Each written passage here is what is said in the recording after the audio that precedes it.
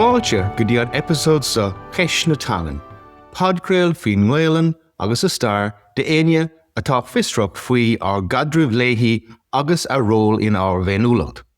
Welcome to The Language Question, a podcast about the Irish language and its history for anyone curious about our relationship with it and its role in our identity. Maris Gnáach, bí cinnte a chlárú ag thelanguagequestion.com/resources chun de acmhaní fálam to séar an aisce a all agus a bheith ar an eolas faoi gachgrod atá ar siúl ar an show. As usual, please be sure to sign up at thelanguagequestion.com/resources to be sure to get your complimentary, valuable learning resources and to stay up to date with upcoming episodes, guests, and to receive exclusive content. Peish Gaeilge, Shulling, Gomwena tú soltas. Anyhow, here goes. I hope you enjoy it. Molly Nic Céile is the founder of the successful YouTube channel and Instagram account Gaeilge Chroí, established in 2019. She creates content to share her passion for the Irish language and knowledge to help and inspire learners. Molly hosts and attends events online and offline that bring Irish language learners together. She also uses her platform to advocate for mental health and has been invited to speak on that important topic on BBC Radio Ulla in 2023. She is the author of the phenomenally successful book Gaeilge Chroí, Irish in My Heart, Your Guide to Loving and Living the Irish Language, published in 2024, which won Lifestyle Book of the Year at the Irish Book Awards 2024. Molly, a cara tá fáilte is fitheróid ar an seo agus tám Harveh buit díot as a bhelin. Gur míle maigat, tá mé ag súil go mór leis. Well, I am extremely looking forward to this conversation too, and it is wonderful to have you with us. It's a conversation I have been really eager to have now for some time, since I've read your phenomenal book and want to get into that in a lot of detail as we go through the conversation. As we like to do at the top of the show here, for people, let's say, who are listening, who may not be familiar with you or your work to date, who haven't encountered you before, maybe there could be a handful of them out there somewhere, I'm not sure. But would you mind just telling us a little bit about yourself and your background and your kind of Irish language journey with Unshannon? I'm from Letterkenny in Donegal, and for those of you who don't know, there are Gaeltachtaí in Núnanál. There are Irish-speaking areas in Donegal, but I'm from Letterkenny, which is not an Irish-speaking area. So I attended an English medium school, and everyone in Ireland is required to learn Irish in primary school and secondary school, unless you have some sort of exemption or something. So I learned from the young age of 4. I started primary school kind of earlier.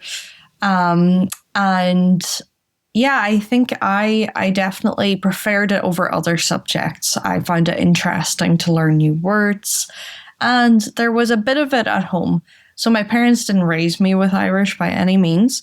But my first memory of learning something in Irish was probably before school, or maybe when I had just started school, was learning how to say good night in Irish. My parents just taught me how to say good night at home.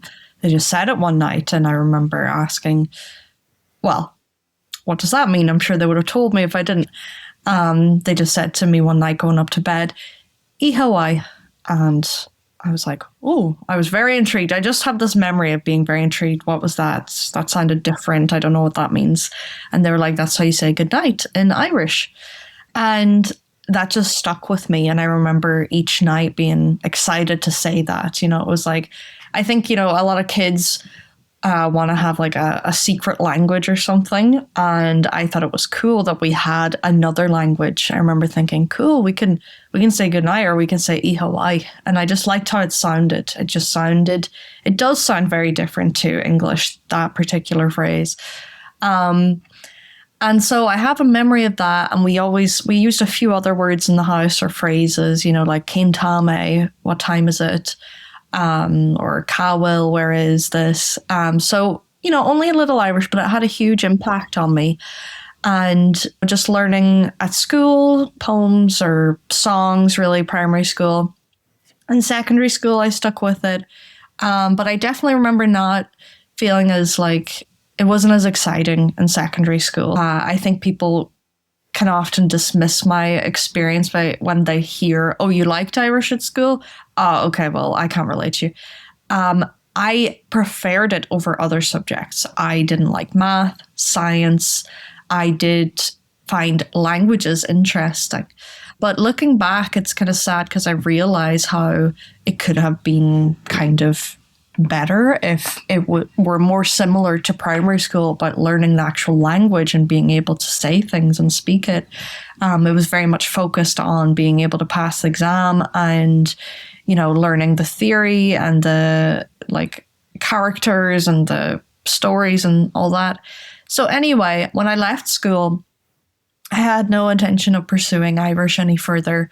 Anytime I told an adult, if they asked me, oh, what subjects do you like? When I said, oh, I like Irish, Spanish, they would say, oh, you should be a teacher. They're crying out for Irish teachers. And so that's all I thought I could do after school with Irish, was become a primary school teacher or a secondary school teacher of Irish. And I did not want to be a school teacher. Nothing wrong with it. I just remember not wanting to have that routine of being a school teacher. And so I went on to pursue another interest, which was media production, which I'm very happy I did because this helped what I wanted to do with Irish. And I didn't know it at the time. But after a few years, I missed Irish. I remember I don't know exactly how, but I remember just kind of thinking, oh, I don't learn Irish anymore. I don't have Irish in my life anymore. And I feel like I should, and I want to, and I could get more out of it. So I remember, trying to get involved in Circle Cora, like conversation circles, or even take Rangana again and improve my Irish. And I tried a few random things, but when I really got back into it was when I started to share it with other people. Because I studied media production, I had the, editing skills, and I really, from a young age, wanted to have a YouTube channel. I just didn't know what to make videos about. I thought, I'll enjoy making videos, but I have to make them about something I'm interested and passionate about, and something unique, something that stands out. I had an interest in makeup and fitness, but there's so many people making videos about those. I didn't have anything unique to offer. And one day it just occurred to me, Irish, you're not fluent or perfect, but you can share the basics. And there aren't many people doing that. I had to look into it. There were a few. And I thought, why not? Let's just make one video and, the basics. How do you say hello? How do you say how are you? And I enjoyed that, and it didn't go viral or anything, but it steadily picked up views, and I just had more ideas. I thought, okay, this week I could do the colors. This week I could talk about the weather. And I enjoyed putting the videos together, uploading them, and starting to get comments from people. And what I was most surprised by was the comments from people in Florida or Australia. I wasn't expecting that at all. I thought my target audience and only audience would be people who didn't have the opportunity to learn Irish in Ireland, in the north or wherever, or adults returning to it.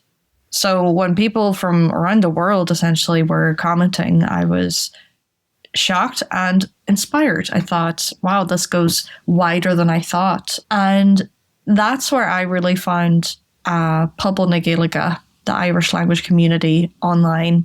I found other people on Instagram primarily doing the same thing as I was, just having an account to share Irish, just whatever was on their mind, just to share the language because they're passionate about it.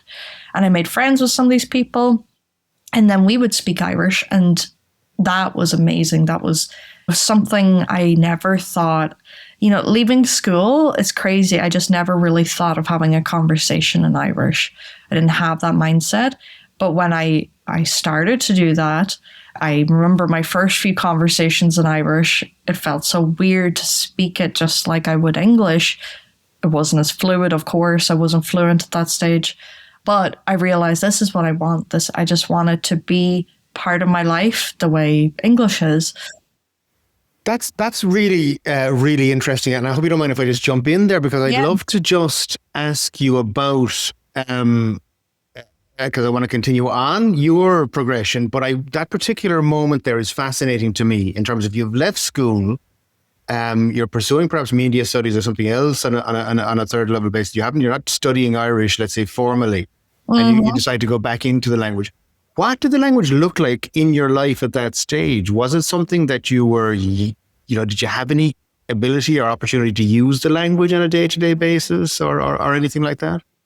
Yeah, so it's weird because like when I think back to when I really wanted to get back into it or really get into it in a different way than school, I have vague memories of looking for classes and being on the phone with someone about classes and realizing that wasn't really for me because they were going to be doing exams or something. And I just wanted a casual way to get back into the language. But when I started making the videos and I started sharing content on Instagram and interacting with people, I would say I wasn't 100% in Irish at first because that felt very foreign to me. It felt like Irish was something we were passionate about and interested in and we knew some of, but to have a fluid conversation felt scary to me. I didn't feel prepared for that. I felt I had Irish for certain situations. When I remember just joining, this was kind of, we're going into the lockdown time, so everything was online. So day to day, anything with Irish was online. I found like a conversation circle online and I joined that, and I remember speaking in Irish and like making myself just speak in Irish, and some words I would blank on and think I know this word, and then another person would tell me and I'd be like, oh yeah, of course. But I just wasn't, I was writing that word. I was never speaking it. I was never talking about these things. And so I do remember at first, like YouTube, I was making videos about the basics, but as I spoke to more people and language became a more natural part of my life, like I made good friends on Instagram and who were probably a little more comfortable in conversation than me at the time, which really helped because I thought, I can do what they do. I can speak to them and I can get to their level of comfort. And so then when the more Irish I learned myself, and some Irish I thought was correct and wasn't perfect because that was just how I had remembered it. As I kind of, learned more myself, I did do some self-study like online and from different resources, and by speaking and practicing, I started to make more content more in Irish. My content started to evolve. I think like a year and a half after I started YouTube, I made my first video just speaking in Irish. And I remember being so nervous to do that. And I remember it took me I had to edit that video a lot because there was a lot of pauses, there was a lot of thinking. But I thought, this is something I want to do because it felt amazing for me to be able to go to mostly Irish. And I want to show other people that you can do it because I didn't feel like I could do it. Or not even that I couldn't do it, but I just didn't think of doing it. It's really weird to look back on that. Like, why didn't I think it was possible to have a life in Irish? That's so amazing. And that's so generous of you to share that, Molly, because that's new to me. And again, I imagine a lot of people will pick up your book and say, oh, there's Molly. She's written the book, Gaeilge mo Chroí. She must have been, fluent as Gaeilge from the cradle on Cleavon. And there you are sharing about the fact that you actually did this kind of, if you like, live on the tightrope without the safety net on YouTube and on Instagram.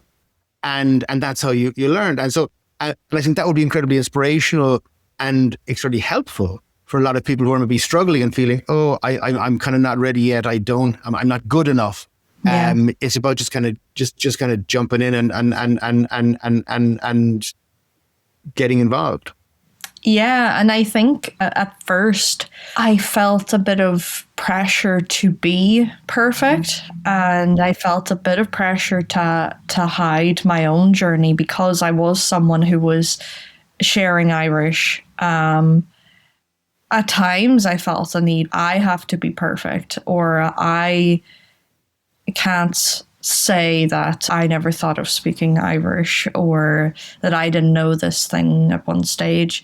But I think the more that I shared Irish and the more content and just with the book, even it did start to happen before the book, but just the more I got involved in media in different ways, I realized that it would actually benefit people more to understand my journey.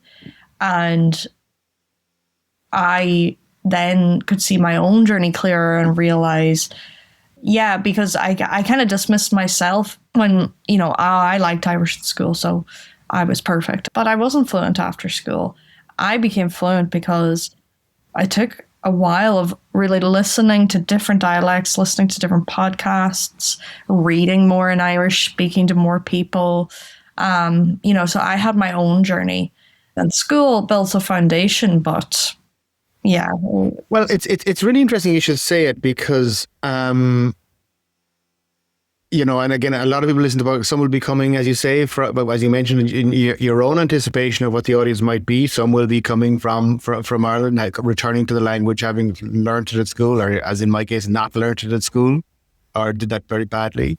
But other people will be coming to it from outside that system completely. But I mean, it's interesting. Just I was speaking to my daughter is in 5th year at the moment, and it's actually, really likes Irish.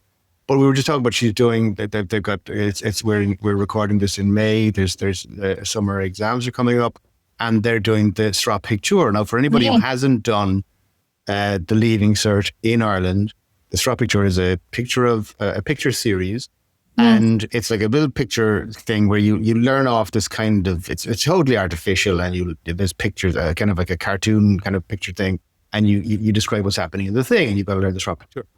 And it's completely, it's as you said, it's about learning how to pass an exam by going, okay, I've got 8, she said, we've got 8 straw, we've got 4 for this thing, and it's really learning off this kind of, prompt and response kind of thing.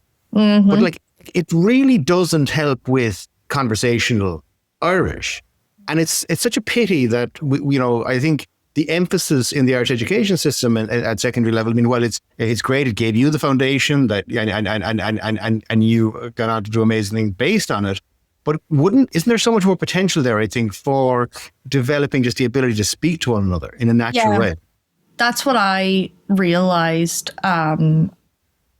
after a few years, that even though I was someone who preferred Irish over other subjects and did well in it at school, I'm not going to lie, like people, don't want to hear that. I think it's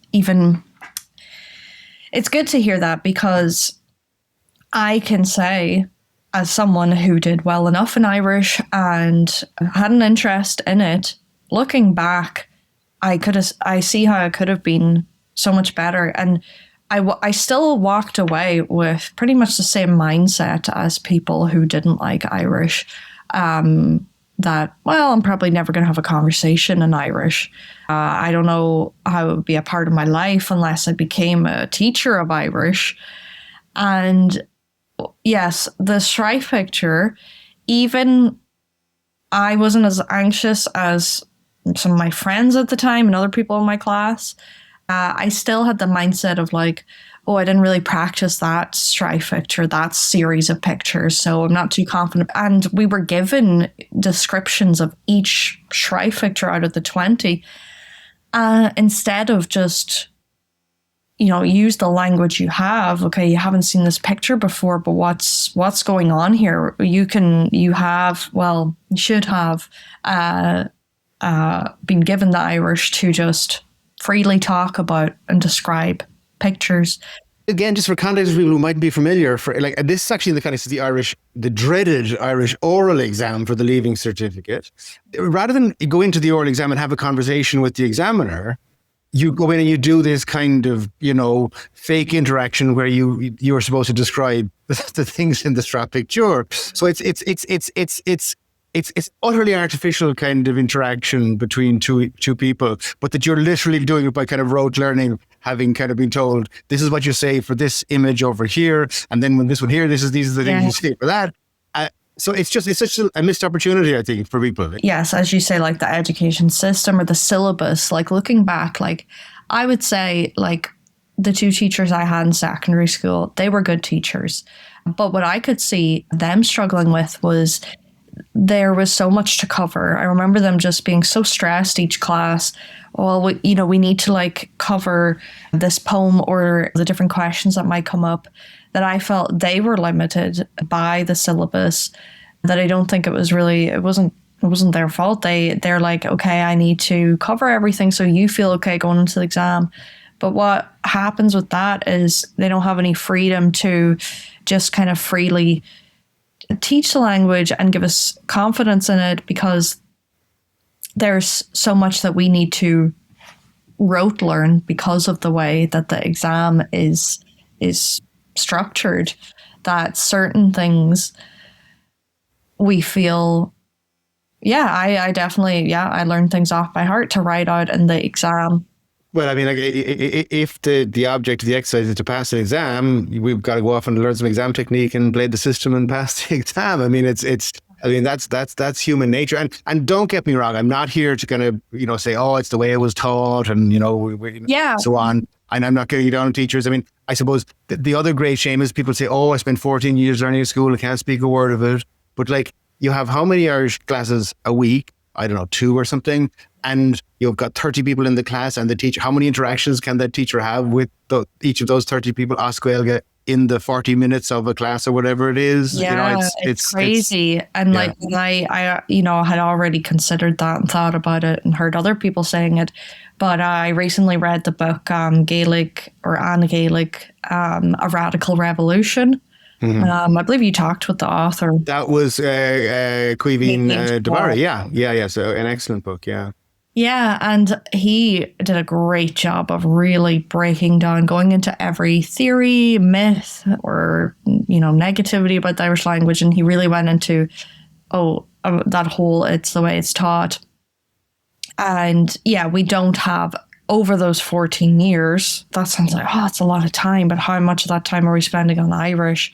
But I do think that because the focus is so much on passing this final exam, that I think I could have walked away with, if that weren't the focus, I could have walked away with the ability to have a conversation in Irish without, without feeling that I don't know what to say. Because my Irish was for certain situations. It felt like it was for describing what was happening to this messy house in the picture, how this character felt in the story. I think I just felt like, I had Irish for certain situations that weren't really everyday life situations. I think the way languages are taught at school doesn't seem to be perfect around the world, but there definitely could be some changes made. I think, that there's just far too much to cover for the exam, and we definitely could adopt a different approach to help with that. But so much goes into a language. You have to kind of live a language to really have it.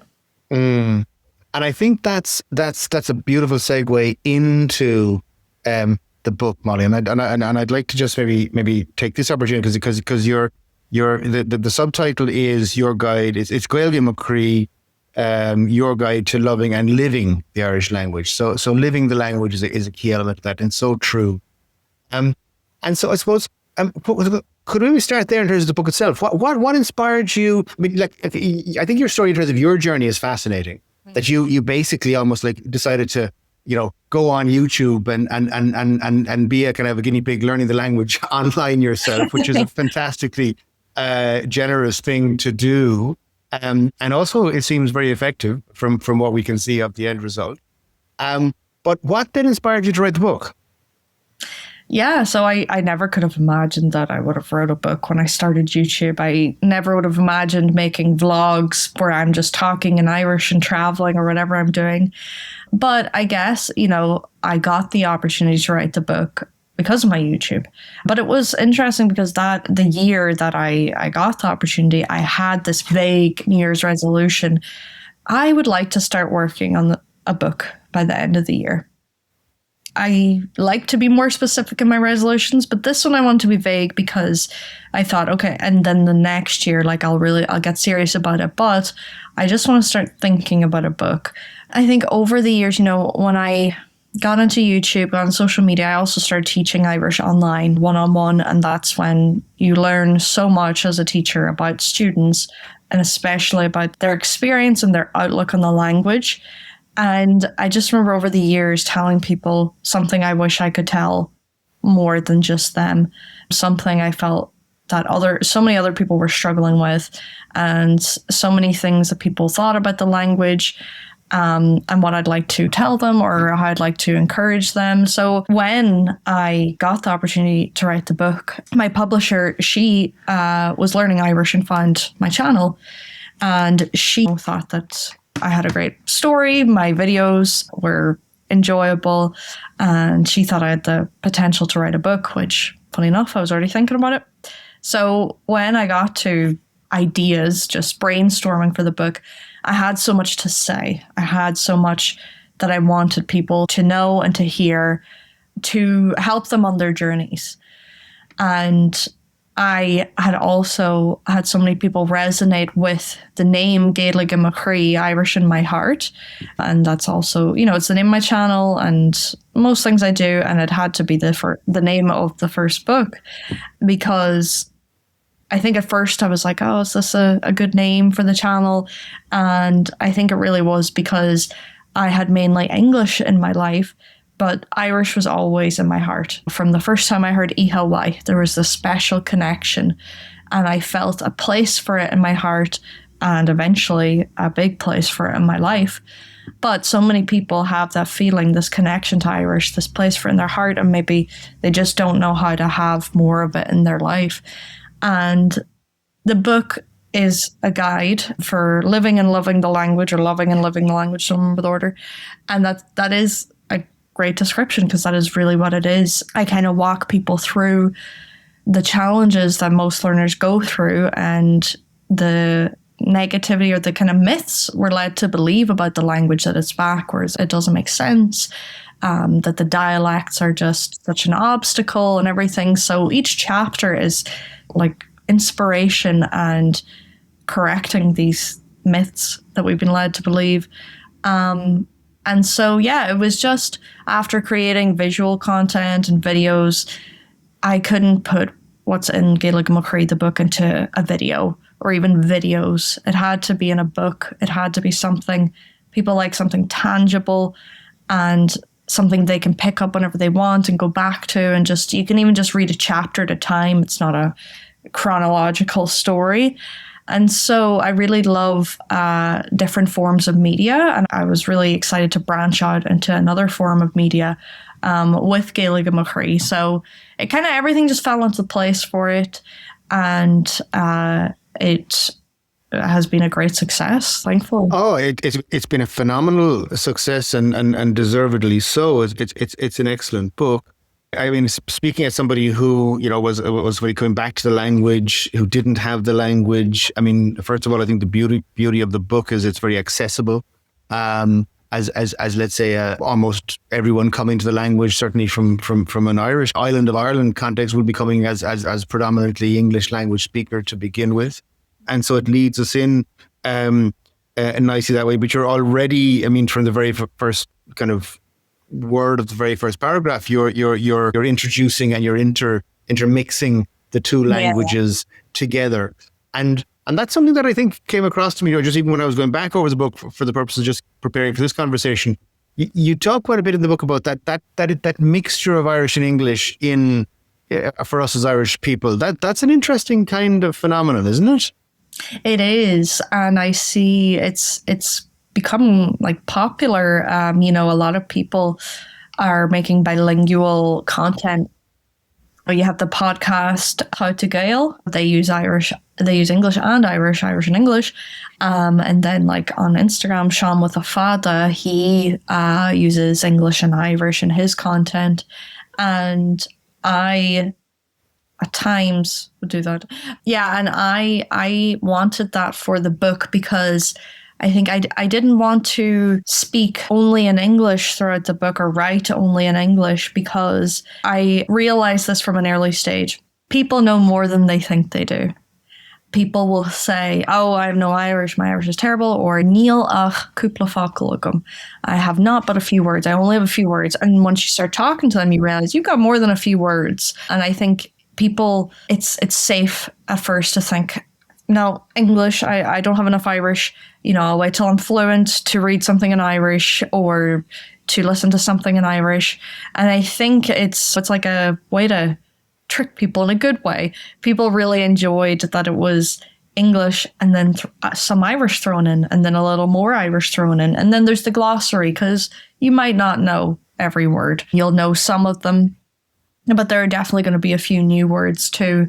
And I think that approach really works for Irish people in particular, because it's to build confidence. If the whole book were in Irish, it just wouldn't be accessible to the people that I want to speak to, the people who aren't fluent or perfect yet. And, no one's perfect. But to show you do have some Irish and you can understand this from context, or you do remember that word. And you're learning some more words as you go along. It's not that scary. I think it really builds people's confidence. And I think, as someone who, when I started YouTube, if I listened to radio na Gaeltacht to certain people, I'd be like, I don't speak Irish at all. I don't know what the hell they're talking about. And then if they just said something in English, I'd be like, okay, I thought they were talking about that, or I was understanding, or, oh, actually, that helps me understand now what they've been talking about. So it is a way to help make things accessible, rather than going from one extreme to the other, a book fully in English, a book fully in Irish, to just build on the Irish that you're learning. Building those kind of mental connections all of the time. And I mean, I think it's so, we get ourselves into such a kind of chokehold in relation to the language as Irish people, I think.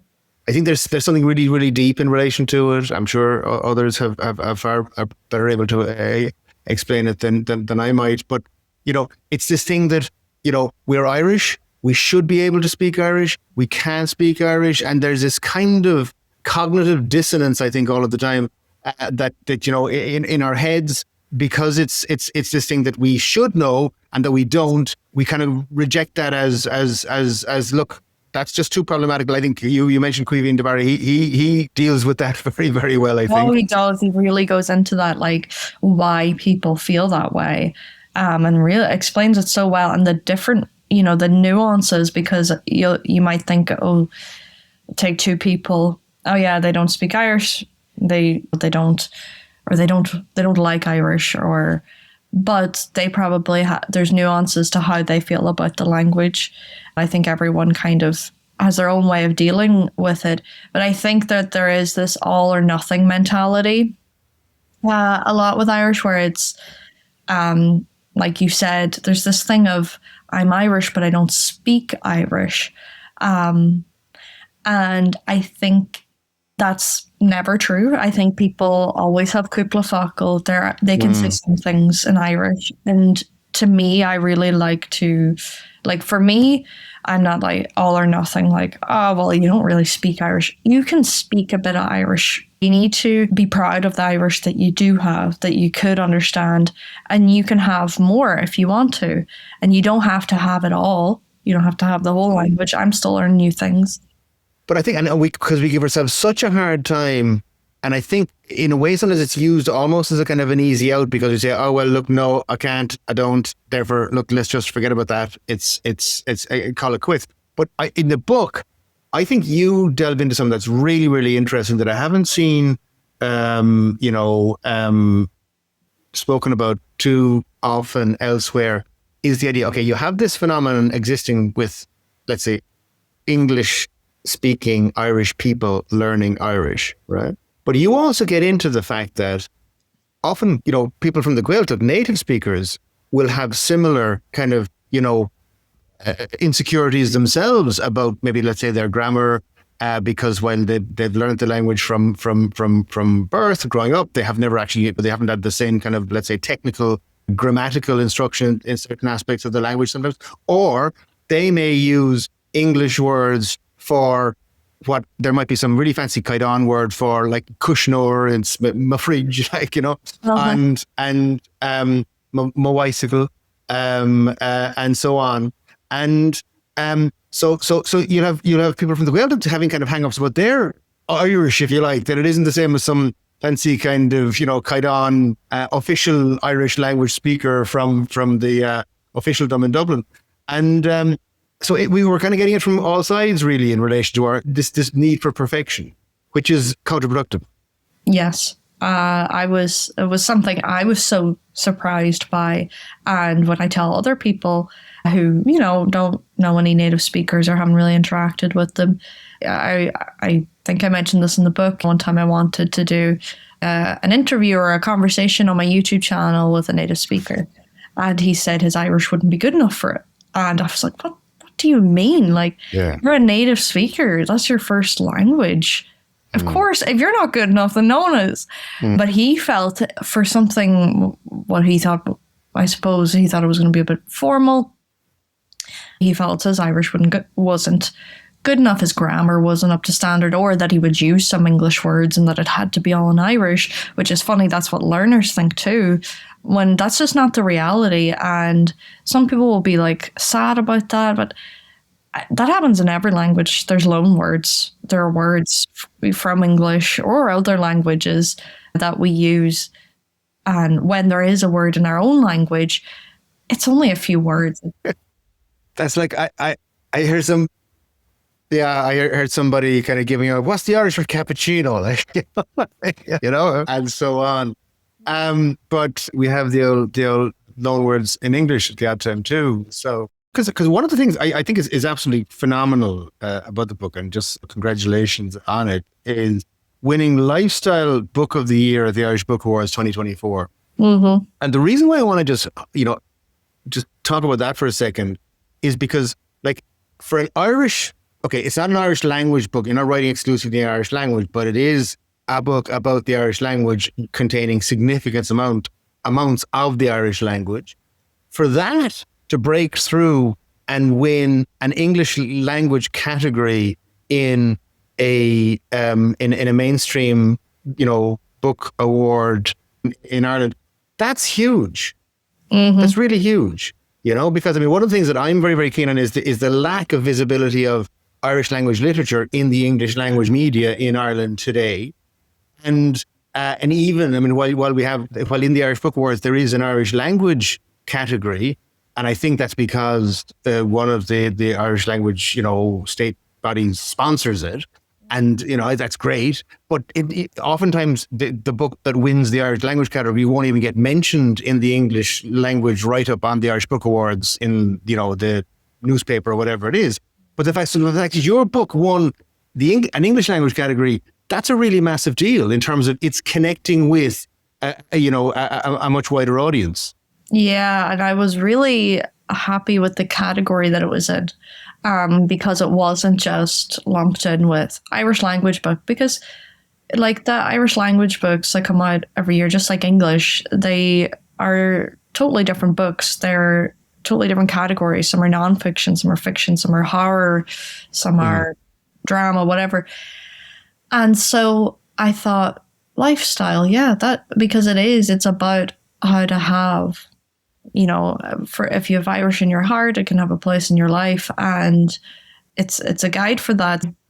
When it was nominated, I saw there's no other Irish language books in that category, but they're all kind of lifestyle books. And I thought, I'm proud that it's in that category. And then to win the award, that was it was amazing. It's one of those things you have moments where you really realize, wow, that was great. And even if it wasn't my book, if it was another book about similar to mine that somebody else had wrote, I would still realize how amazing that is, that it's, like you said, in a English language category where all the other books are completely in English, nothing about Irish. For it to be the winner is just amazing. And it really, to me, it gave me so much hope. It just showed, you know, people talk about this kind of revival and the shift in attitude towards Irish. It really gave me hope and showed me that that is, it was another sign that this is the direction that we're going in. And it was such a lovely moment when I gave my speech. I used a bit of Irish, a bit of English, just like the book. And it was wonderful. What happened after that was so many authors went up and actually just on it. They weren't planning to. They just used a bit of Irish. It kind of, it's like people picked up on the theme. Because before my book, Hector's book, Hector O'Hachachain, won an award too. And I think it inspired people to use Cúpla Focal in their speech. And it was this very nice environment in which to do so, where people were like, yeah, you know, the Irish books are winning and I have a bit of Irish. I can use my Irish in accepting my award. And yeah, it just, honestly, for the rest of the night, I was surprised by everyone getting up to do that. I was like, okay, you know, we've started something here. I mean, that's so wonderful because it's just about bringing that language into just, you know, a positive, warm, you know, something that makes people feel good about themselves and the language. And so, because talk about that, I mean, because like, let's talk about, because there is a bit of a momentum now. It seems I feel it particularly strongly since I think the on Tugtron Catherine Connolly's election last year was a massive kind of the importance that Irish kind of seemed to take on in that campaign and the resonance that it had with people, you know, I think it's remarkable. But talk to me about your perspective on that and because you would be kind of a leader and have a huge visibility around this so it's 2019 you've started.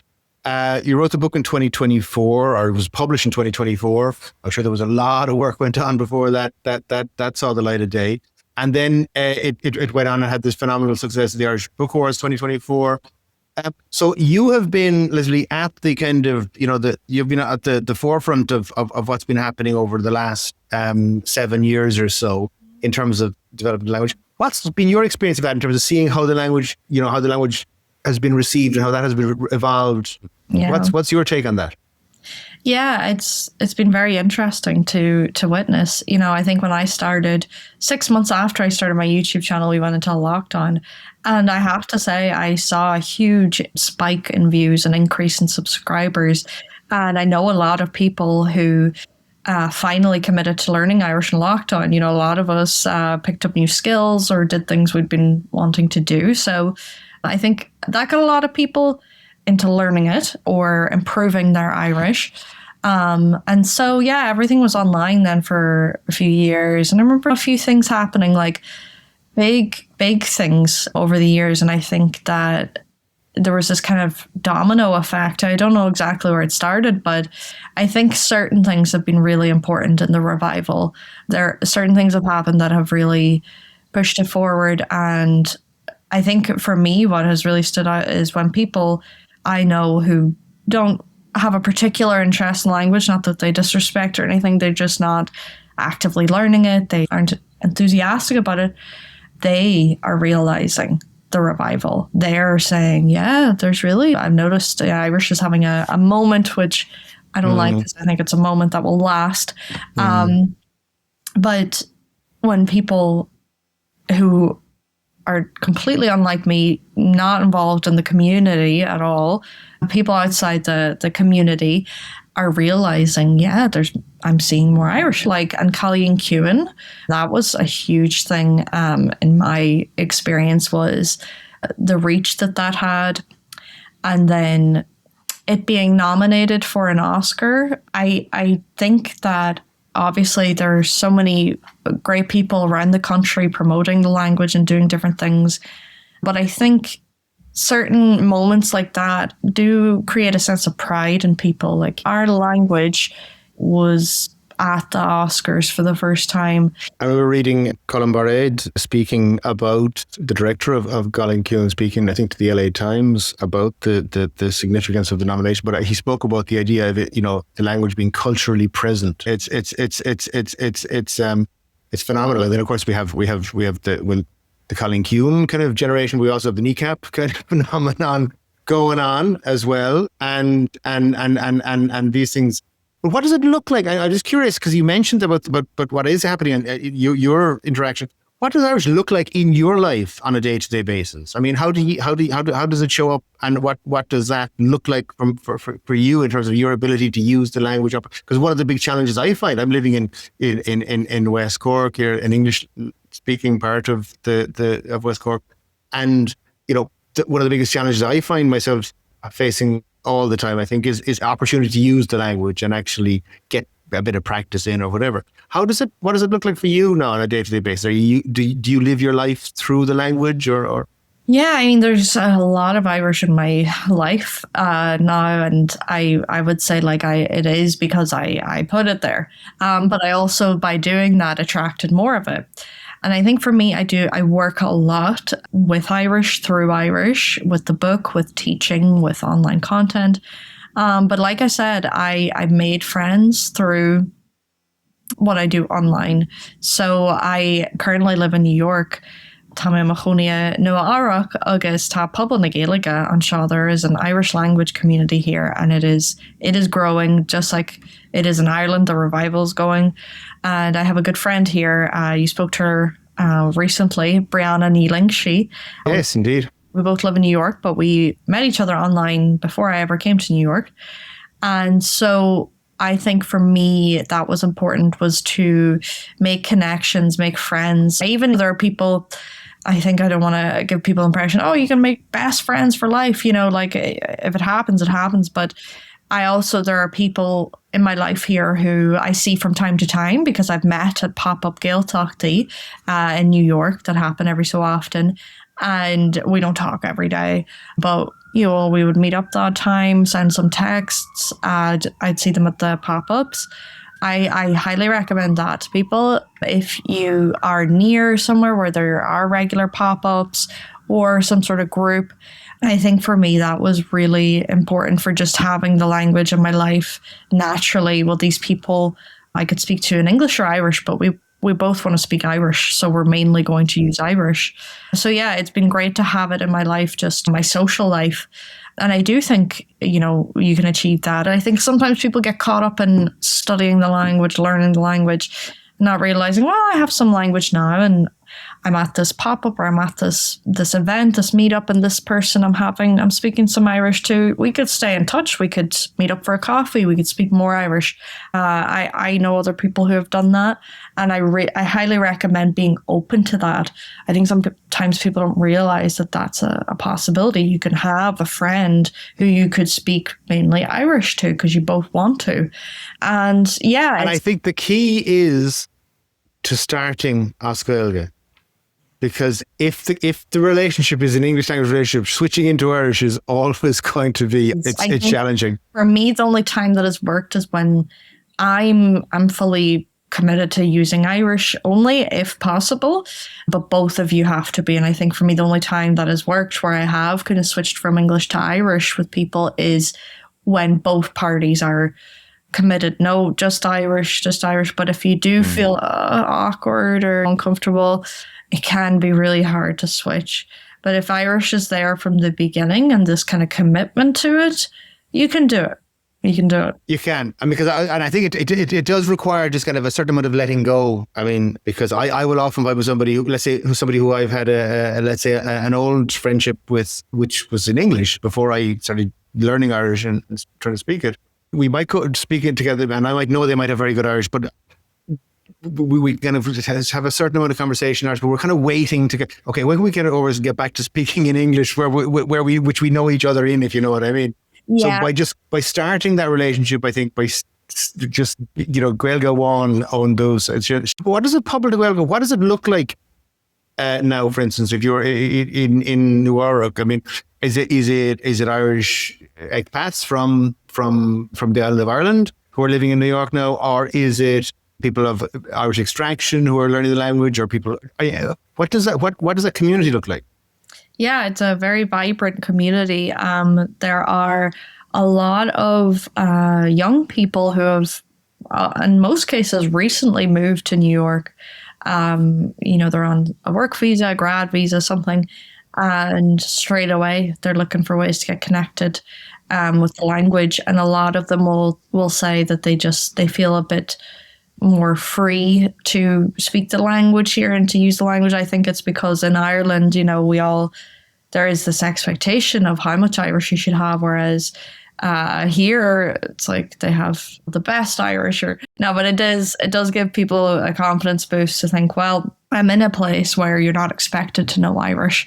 And there are other people, Irish Americans, a lot of Irish Americans, most people will have a connection. They'll say, my grandparents were from Ireland, or I have Irish, but it goes back quite a few generations. It is far back, but I grew up Irish American. I was always reminded of my Irish heritage and culture.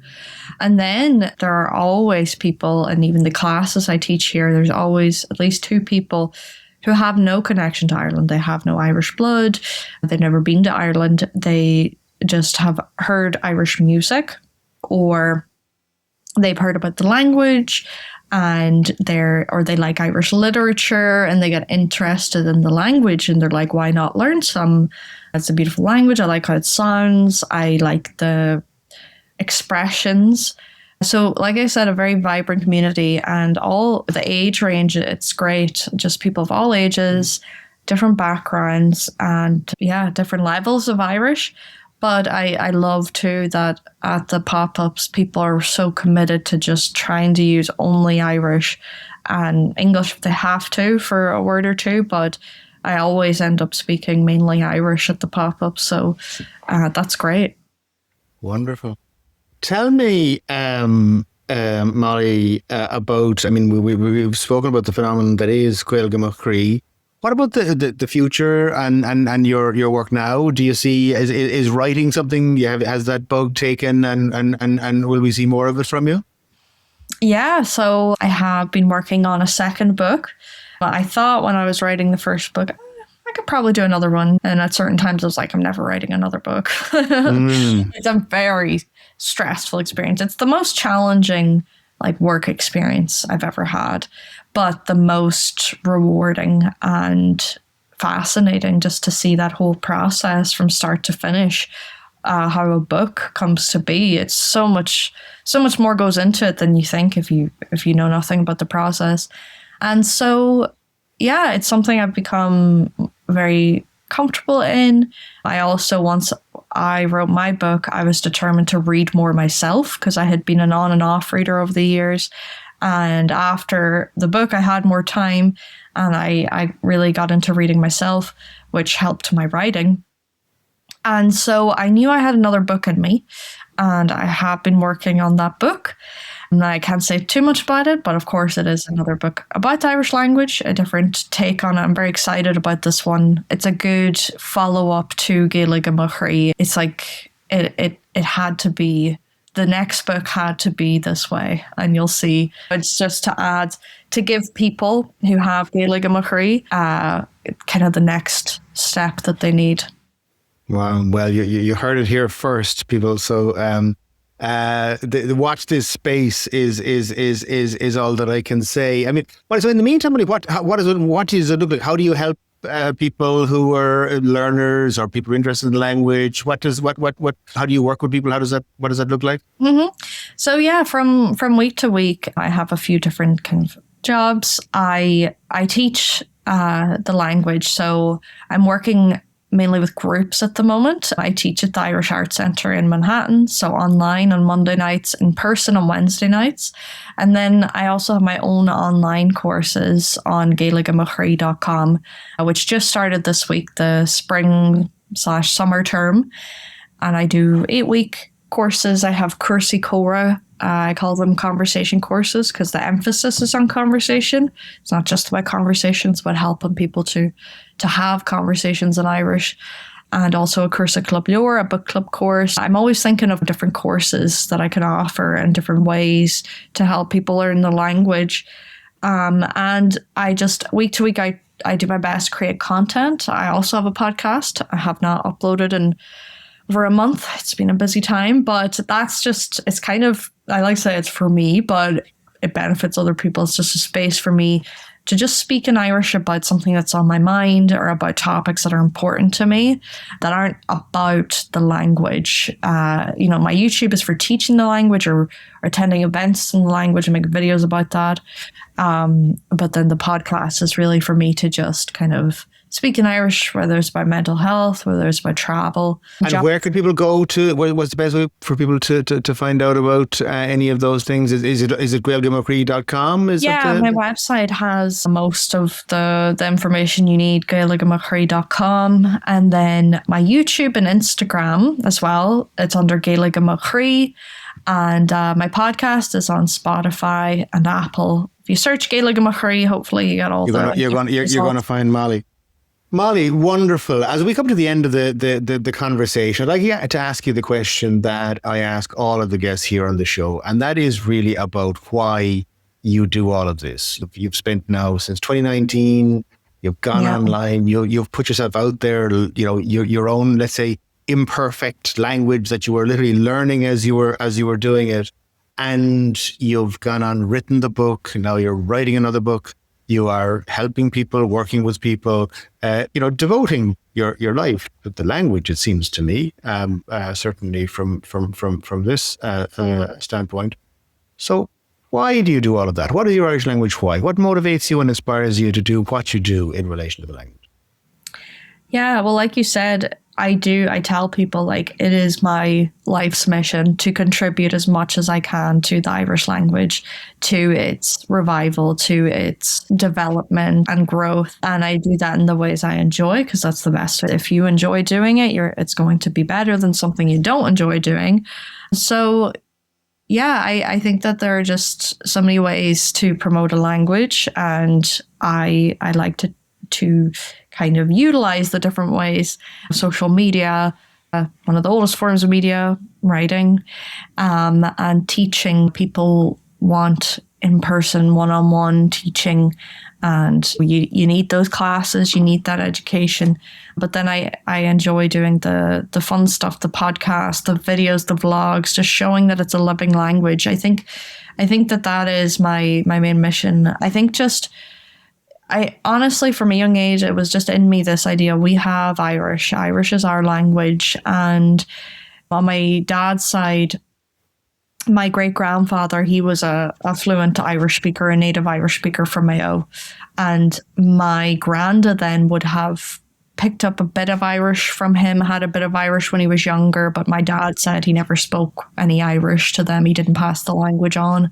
So when I realized that, I thought, wow, it's so close. So we're not talking about hundreds of years ago. My family had native speakers in it. It's so close.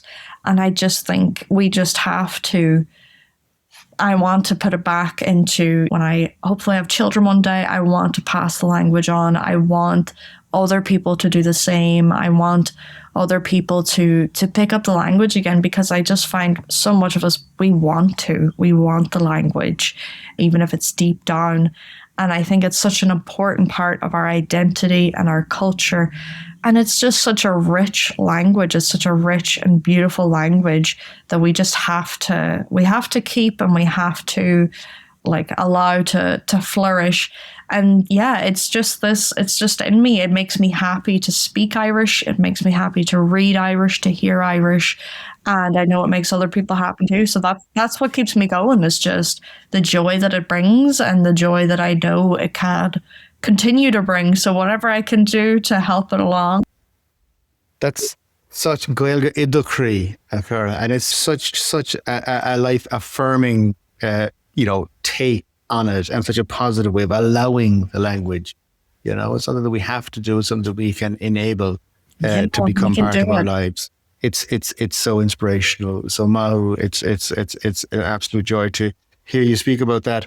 Awali achara when it's ansult as an scéal a Ryan Tulin gur míle maith faoi sin bearbua agus bannacht achara. Gur míle maith. Thanks for listening. Gur míle maith as a bheith éisteacht. I hope you enjoyed this episode. I would really appreciate your feedback and would be eternally grateful if you would follow, rate and review the show. Please also be sure to sign up at thelanguagequestion.com/resources to get your free valuable learning resources, and to stay up to date with upcoming episodes, guests, and to receive exclusive content. Slán